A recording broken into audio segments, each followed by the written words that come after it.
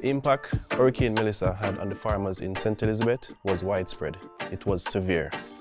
Major damages to homes, lives, farms. We're here today to rebuild for one of our farmers, one of our loyal customers.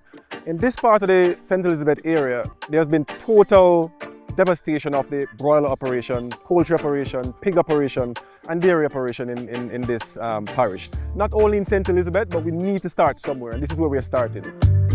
Hurricane Melissa affected my earning, whereas if I were supposed to have these birds coming within a set period, but the hurricane came and destroyed the entire batch of birds. And as a result of that, I lost my earning.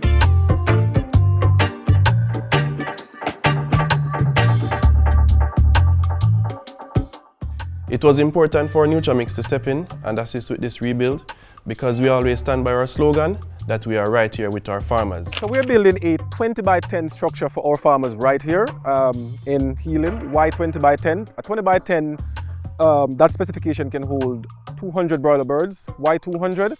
Because most of the farmers in this area, they'll be growing anywhere from about 100 to 200 birds. So we see it fit to put 200 in the hands of this particular farmer. He has been a very loyal Nutramix customer. When I got the call that they were coming to restore my broiler house, I was most excited because I knew that I was unable to restore the building. So today I'm most excited and grateful for the effort. We need to work together as both corporate companies, communities, all individuals, overseas and local, to come together and assist as much as we can to help the farmers to get back on track. When you're going through tough times, it's really nice to know that somebody is here to assist. So beyond this structure, we're talking about people's livelihood. We're talking about helping our farmers to be productive again.